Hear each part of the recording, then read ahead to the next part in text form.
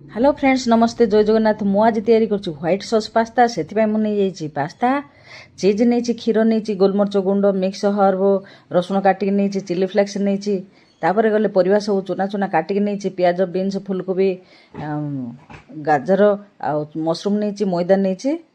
तापर बटर नहीं तापर मु कढ़े डेक्ची गुटे बसई देकी पानी देकी लुण देकी ता देहरे तेल टिके पकईकरी मु सिझे देछि पास्ता टिको तापर गुटे कढ़े बसईकी ता देहरे दे देछि मु बटर आ मैदा पकईकी टिके भाजी देछि तापर क्षीर ढाल देछि क्षीर देहरे मु पकई देछि मिक्स हर्ब गोलमरच गुंड चीज सब